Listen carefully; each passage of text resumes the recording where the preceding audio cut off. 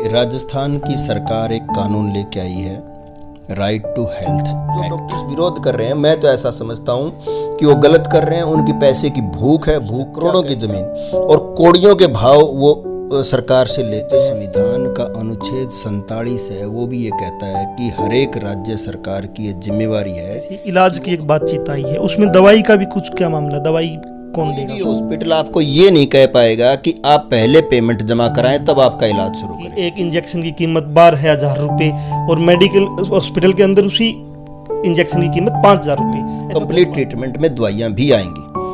दोस्तों, right to health, Rajasthan सरकार एक कानून लेके आई है जिसके ऊपर पक्ष में भी बातचीत की जा रही है और उसके खिलाफ में प्राइवेट डॉक्टर हड़ताल पे रहे हैं। हमारे साथ एडवोकेट विक्रम मित्तल है, जो किसी भी जो सरकार के कानून आते हैं उस पर अपनी बात रखते रहे हैं, चाहे वो खेती के कानून थे या उसके बाद का कोई कानून आया है, उस पर अपनी तार्किक बात वो रखते रहे कि उसका क्या फ़ायदा है, क्या नुकसान है। राइट टू हेल्थ के ऊपर जब बहस चल रही है तो राजस्थान सरकार जो लेके आई है, तो इसके बारे में हम वकील साहब से जानना चाहेंगे कि राइट टू हेल्थ से आम जनता को क्या फ़ायदा है और डॉक्टर जो जिस बात को लेके हड़ताल कर रहे हैं प्राइवेट डॉक्टर की, हमें ये नुकसान हो जाएगा या डॉक्टर और मरीज का रिश्ता खराब हो जाएगा, उसके बारे में क्या मानना है? नमस्कार सर। नमस्कार। ये जो कानून है, इससे जनता का सीधा सीधा क्या फ़ायदा है? देखिए, राजस्थान की सरकार एक कानून लेके आई है, राइट टू हेल्थ एक्ट, और पहली बार देश में हेल्थ को एक अधिकार के तौर पे किसी सरकार ने देने का काम किया है। और उसमें ये कहा गया है बाकायदा उसकी प्रस्तावना में कि हमारा जो संविधान है वो आर्टिकल 21 जो जीने का अधिकार देता है, उसके तहत राइट टू हेल्थ को लेके आए हैं। इसी तरीके से जो संविधान का अनुच्छेद 47 है, वो भी ये कहता है कि हर एक राज्य सरकार की ये जिम्मेवारी है कि वो अपने नागरिकों के लिए सुलभ स्वास्थ्य का उपलब्ध करवाए। और इसी तर्ज पे और इसके अलावा भी अनेकों सुप्रीम कोर्ट के, हाई कोर्ट के जजमेंट हैं जिसमें ये कहा गया है कि ये राज्य की जिम्मेवारी है कि स्वास्थ्य प्रदान किया जाए, हर नागरिक को स्वास्थ्य सुविधाएं प्रदान करना उसका अधिकार भी है।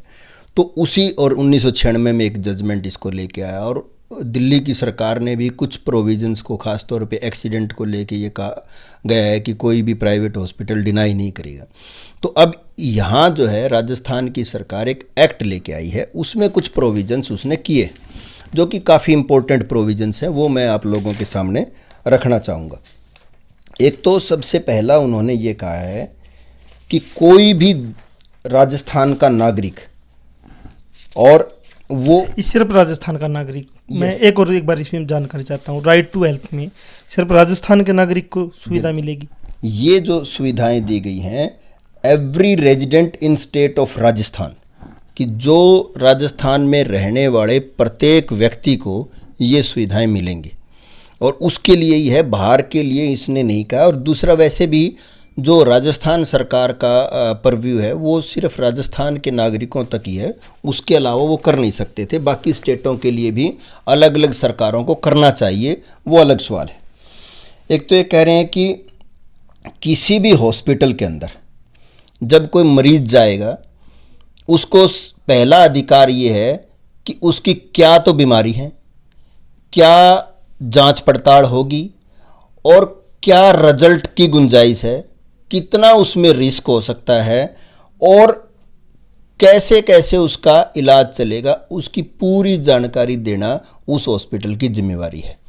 कि ऐसा नहीं है कि भाई आप किसी भी हॉस्पिटल दवाई को लेके गए, हाँ ठीक हो जाओगे करके आप उसको एडमिट कर लोगे और बाद में क्या रिजल्ट रहेगा क्या नहीं रहेगा किसी को नहीं पता चलता। तो ये उसका अधिकार है, वो कभी भी किसी तरीके की कंप्लीट जानकारी ले सकता है। दूसरा, किसी भी गवर्नमेंट हॉस्पिटल में आपका 1 रुपया नहीं लगेगा, ओपीडी, डिलीवरी वगैरह वगैरह सब कुछ फ्री होगा।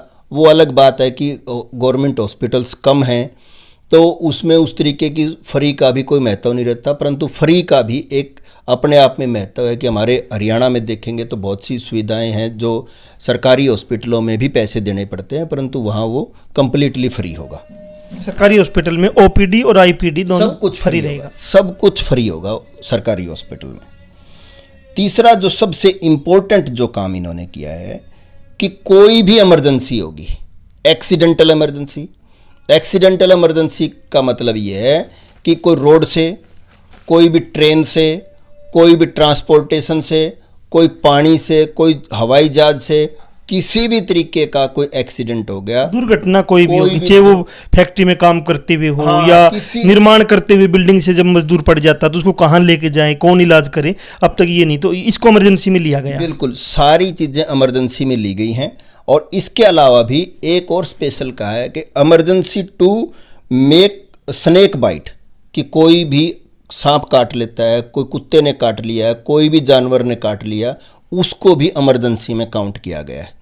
तो इमरजेंसी का अगर कोई भी केस होगा और आपके पास पैसे देने के लिए नहीं है, तो कोई भी हॉस्पिटल, प्राइवेट गवर्नमेंट, कोई भी हॉस्पिटल आपको ये नहीं कह पाएगा कि आप पहले पेमेंट जमा कराएं तब आपका इलाज शुरू करेंगे। बिल्कुल नहीं कह सकता। उसमें यह है कि पहले आपको इलाज शुरू करना पड़ेगा, अगर उसके पास पेमेंट है तो वो जमा करवाएगा, और अगर आप उसके पास पेमेंट नहीं है, बिल्कुल भी पेमेंट नहीं है, तो आप उसका केस बना के स्टेट हेल्थ की एक अथॉरिटी बनेगी, उस अथॉरिटी को भेजोगे और वो अथॉरिटी गवर्नमेंट की तरफ से आपको वो पैसा वापस मिल जाएगा। यानी कि कोई भी इमरजेंसी हो, आप किसी भी हॉस्पिटल में लेके जाएंगे और वो हॉस्पिटल आपको जो भी फर्स्ट एड देना है या उसको उसकी हालत जब स्थिर हो जाएगी तब वो उसको ट्रांसफ़र कर सकता है, रेफ़र कर सकता है, जो भी उसकी कार्रवाई है वो कर सकता है।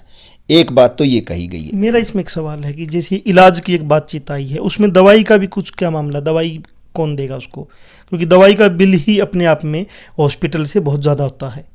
सब कुछ उसी हॉस्पिटल की जिम्मेवारी है और वो तमाम चीज़ें, उससे कोई भी पेमेंट की डिमांड नहीं कर पाएंगे। दवाई भी हॉस्पिटल खुद लेके आएगा। दवाई के लिए एक्ट में स्पेसिफिक नहीं लिखा है, परंतु ये लिखा गया है कि वो सारी की सारी चीज़ें, वो इंक्लूडिंग प्राइवेट प्रोवाइडर, वो तमाम तरीके की इमरजेंसी की जो भी ट्रीटमेंट है उसमें दवाइयाँ भी शामिल हैं, वो उसके अंदर रहेंगी। हाँ, इसके रूल्स अभी गवर्नमेंट जारी करेगी, उस रूल्स में हो सकता है और स्पेसिफिक ही आ जाए, परंतु अभी तक मेडिसिन का स्पेसिफिक नहीं है, परंतु जो ट्रीटमेंट कहा गया कंप्लीट ट्रीटमेंट में दवाइयाँ भी आएंगी। हॉस्पिटल की जिम्मेवारी है उसको इमरजेंसी में जो भी केस आया है उसका पूरा इलाज करना। हाँ, पूरा इलाज करना। अगर वो पेमेंट उसके पास है तो वो पेमेंट आप उससे लेंगे, अगर उसके पास नहीं है तो आप उसको रीइंबर्स गवर्नमेंट से करवाएंगे। दूसरा एक और इन्होंने कहा है कि कई बार कोई ऐसा केस आ गया जिसमें पुलिस की इन्वॉल्वमेंट ज़रूरी है, पुलिस की कॉम्प्लिकेशंस हैं, तो उसमें आप पुलिस की वेट नहीं कर सकते। जैसे अब तक होता ये है कि बोलते हैं कि पहले पुलिस को बुलाएंगे फिर एडमिट करेंगे, नहीं, अब तक तो ये हो रहा ना। हाँ बिल्कुल, पुलिस के केस की वजह से उसके इलाज में देरी नहीं करेंगे किसी भी कारण से, ये स्पेसिफिक लिखा है। और कोई भी इसी तरीके की कोई दिक्कत है तो आप सबसे पहले उसका इलाज शुरू करेंगे, बाकी जो काम है पुलिस की रिपोर्ट के, पुलिस की क्लियरेंस के, वो बाद में आप उसका देखते रहेंगे। और रीइंबर्समेंट के लिए भी स्टेट गवर्नमेंट ने बाकायदा कमेटीज इसमें बनाएंगी, वो कमेटीज इसको देखेंगी जी। अच्छा, फिर है जी, किसी भी प्राइवेट गवर्नमेंट हॉस्पिटल में फ्री हेल्थ केयर भी अवेलेबल है। ये तो था एक्सीडेंटल इमरजेंसी। कोई ऐसा इलाज जो कि गवर्नमेंट हॉस्पिटल में अवेलेबल नहीं है, प्राइवेट में है, तो वो भी आप प्राइवेट में जाके इलाज ले सकते हो। उसका भी कुछ टर्म्स कंडीशंस उसमें लिखेंगी, गवर्नमेंट बनाएगी, उसके हिसाब से वो फ्री आप ले सकते हैं। कुछ चीज़ें और की गई हैं।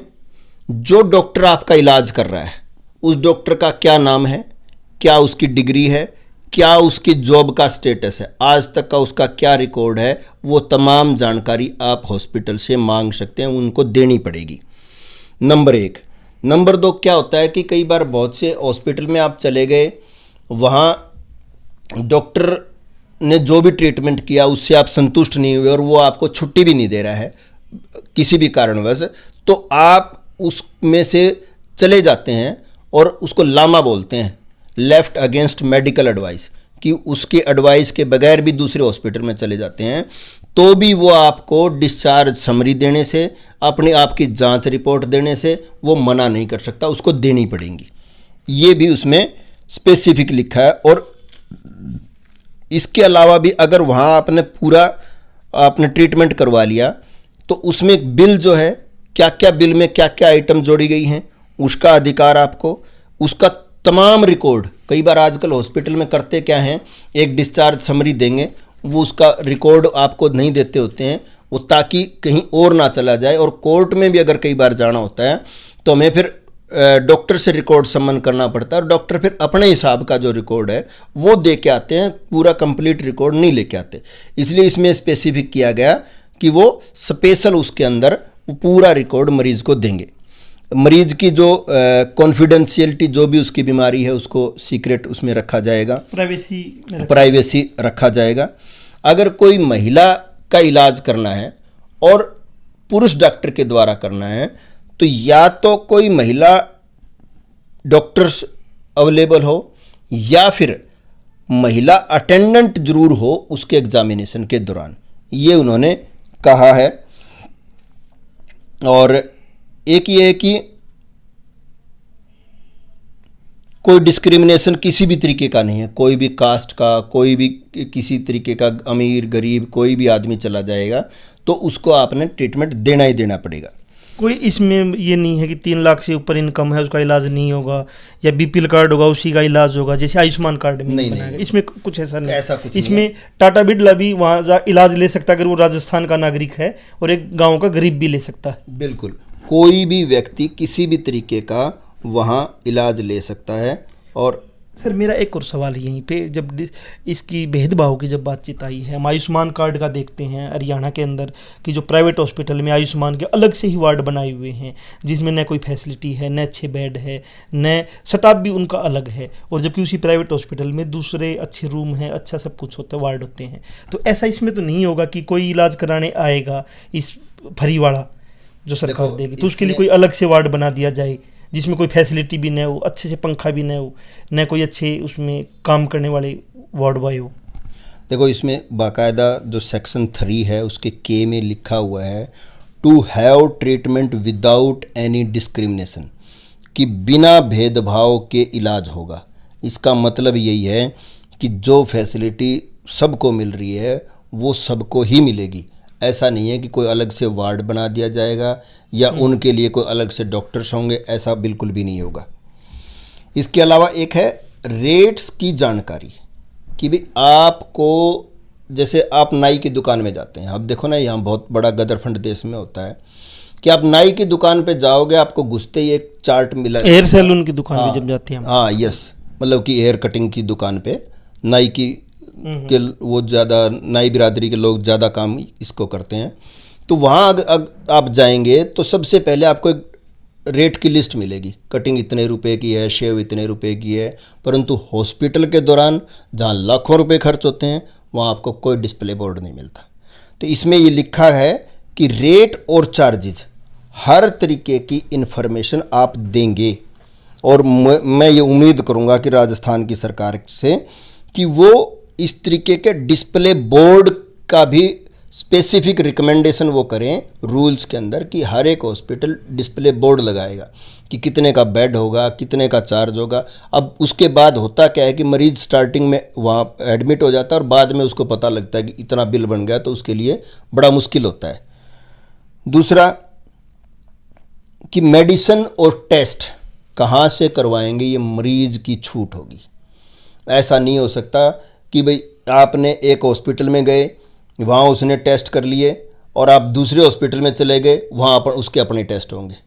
ऐसा नहीं है, वो आप मरीज की छूट है, कहाँ से वो टेस्ट करवाना चाहता है, कहाँ से दवाई लेना चाहता है, कोई भी हॉस्पिटल उसको लेकिन एक समस्या आती है सर, इसमें हम अक्सर देखते हैं प्राइवेट हॉस्पिटल में कि दवाई जो लिख दी डॉक्टर ने, जो दवाई लिख दी, वो दवाई उस जो क्या बोलते हैं उसको, कि वो कहीं भी नहीं मिलती सिवाय उस हॉस्पिटल के मेडिकल में, और उसी कंपनी की दवाई वो लगाते हैं। दूसरी कंपनी का दूसरा कोई मार्का है तो वो डॉक्टर लगाते हैं। इस पर क्या कुछ करेंगे कि ये समस्या तो वहाँ भी खड़ी होगी एक टाइम बाद में?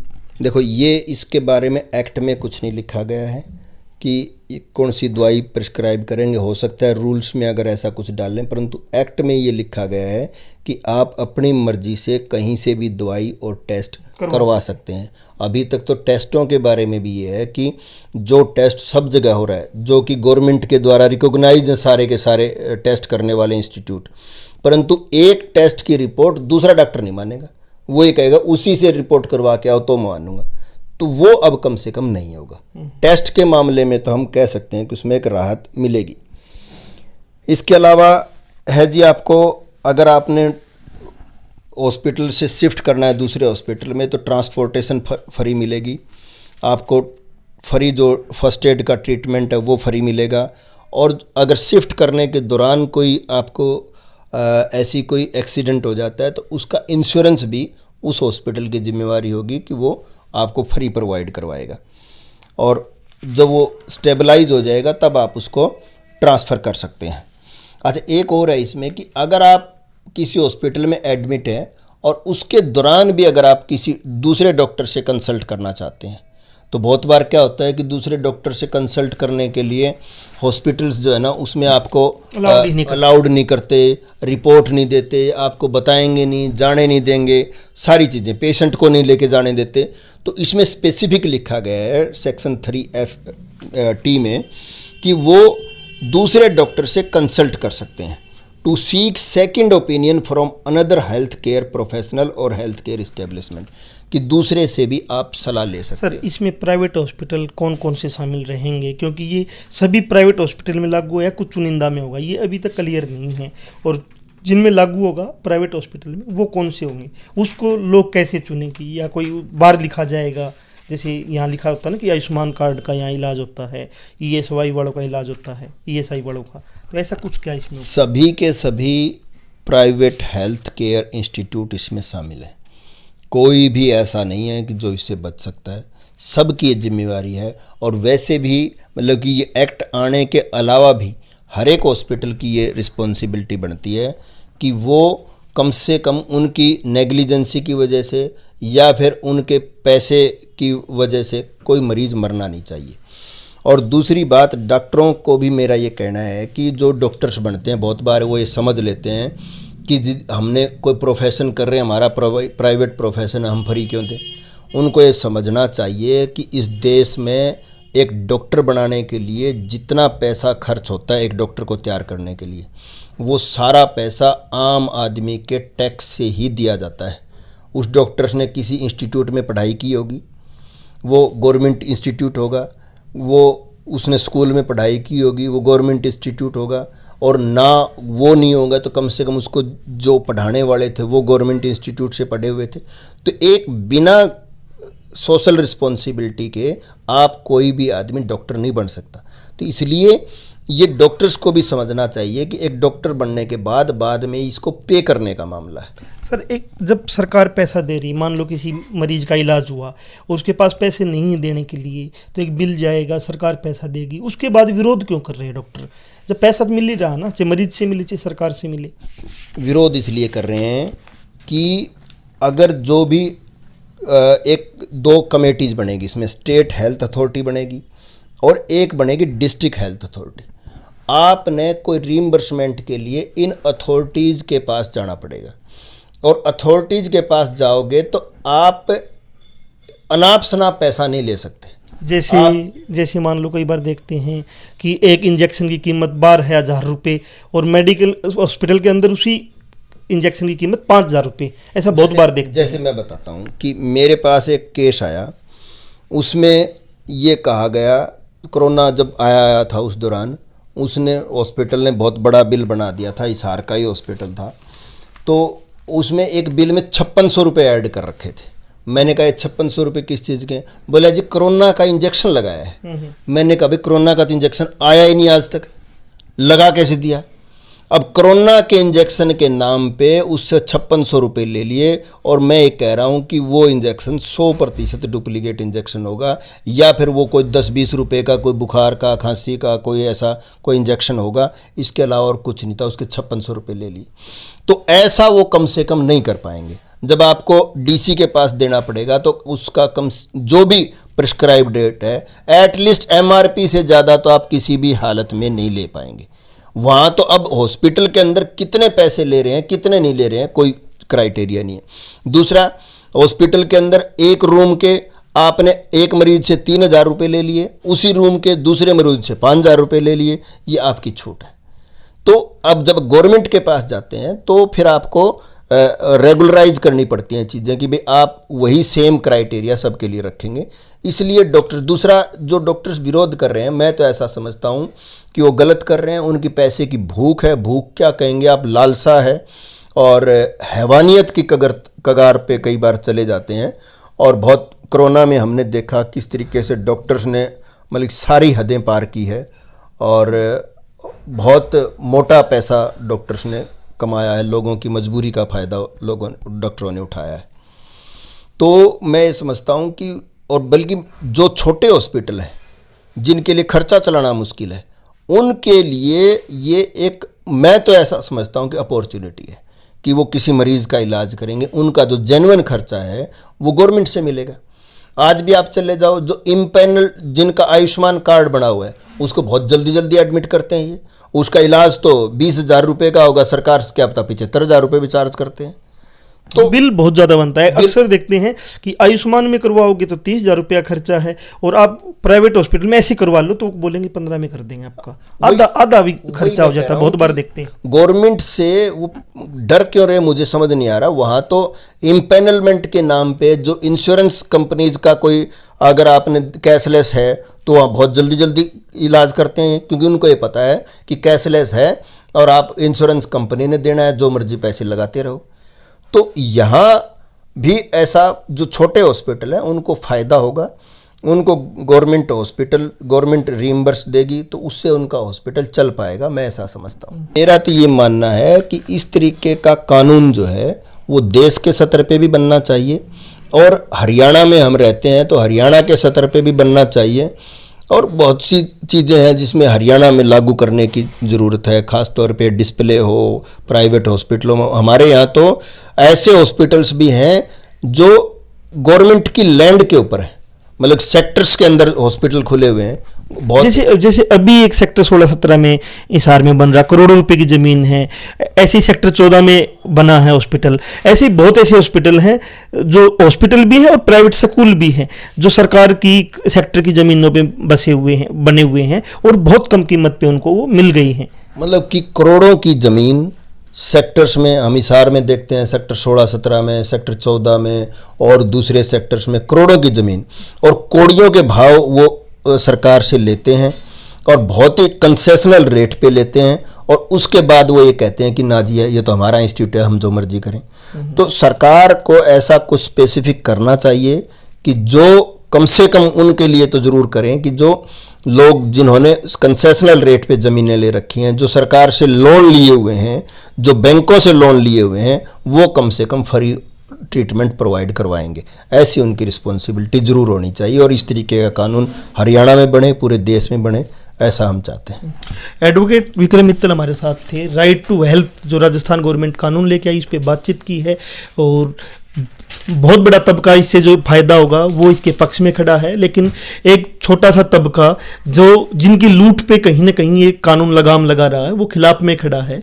और हम ये कहेंगे कि आम जनता से भी वो कमेंट करके हमें बता सकते हैं कि इस कानून के क्या फायदे होंगे, क्या नुकसान होंगे। और जिसको लगता है कि ये कानून गलत है, ये एक्ट गलत है, तो एक बार वो प्राइवेट हॉस्पिटल के बाहर चक्कर लगा के आए, पता लगेगा कि कितने गरीब लोग हैं बिना इलाज के वो मर जाते हैं। एक बार वो आयुष्मान कार्ड से जो इलाज होता है उनका देखें कि बहुत हॉस्पिटल ऐसे उन्होंने अलग से वार्ड बनाए हुए हैं। इस देश में आज़ादी की लड़ाई में सबसे बड़ा मुद्दा ये था कि जल जंगल, सबसे बड़ा मुद्दा ये था कि रोटी कपड़ा मकान उसको मिले, शिक्षा मिले, रोजगार मिले, स्वास्थ्य का अधिकार उसको मिले। और ये जो अधिकार के लिए जो लड़ाई लड़ी थी देश की आज़ादी की, उसमें कुछ सरकारें कुछ काम कर रही हैं, तो हम मान रहे हैं कि वो पॉजिटिव की तरफ बढ़ रही है, तो वो बढ़ना भी चाहिए। और हरियाणा सरकार को भी ऐसे कानून लागू करने चाहिए। जनमंच के साथ आप बने हुए थे, फिर नई अपडेट के साथ हाजिर होंगे, तब तक के लिए बने रहिए जनमंच के साथ।